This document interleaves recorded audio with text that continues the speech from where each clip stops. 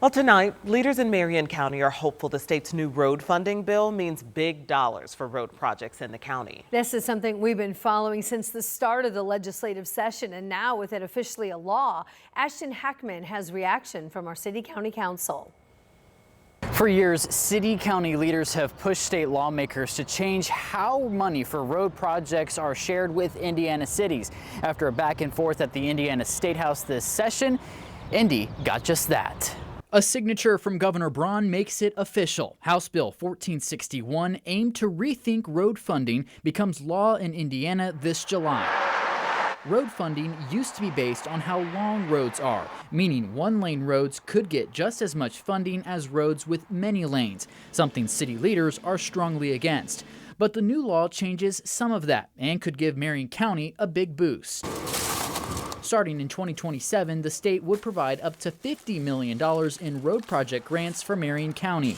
The county would have to match those funds in order to get the money and has several ways to do so, through raising either vehicle taxes, delivery taxes, or property taxes, something City County Council nor the mayor has answered whether they will do.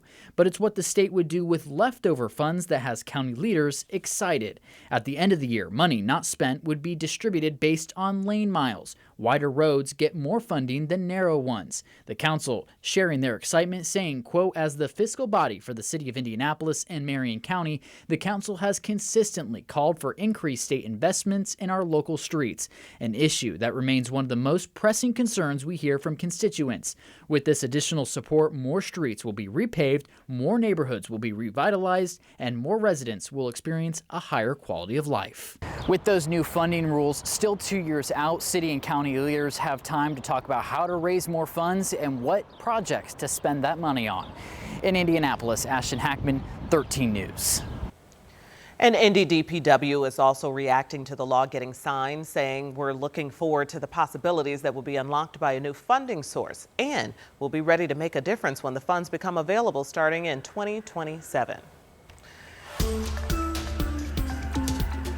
And a bill to explore welcoming several Illinois counties to Indiana is now a law. Indiana Governor Braun signed a new law creating the Indiana-Illinois Boundary Adjustment Commission. So the goal of this is to explore moving some key Illinois counties to Indiana.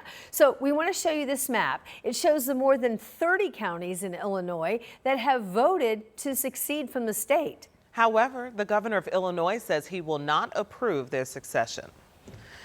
At the State House, legislative leaders are talking to 13 News about the wins and the losses from this year's session and what it means for you. Our Emily Longnecker sat down with them this week. Senate President Pro Tem Rod Bray told her that he believes their biggest achievements this year include passing property tax reform without gutting local services, also passing what he called a fair and balanced budget. As for losses, he says he wishes they would have addressed proposals to regulate hemp. Would love to have been able to get something done in that space. At the end of the day, we just kind of ran out of time and weren't able to get that finished. We'll work on it in the interim and come back next year, hopefully with a consensus bill that we can move forward for Indiana. Emily also spoke with House Minority Leader Phil Giaquinta. You can also watch both interviews on Crossroads Politics Sunday morning at 10, or you can stream it anytime on demand on WTHR Plus. It's free. You can download it on Roku, Fire Stick, and also Apple TV.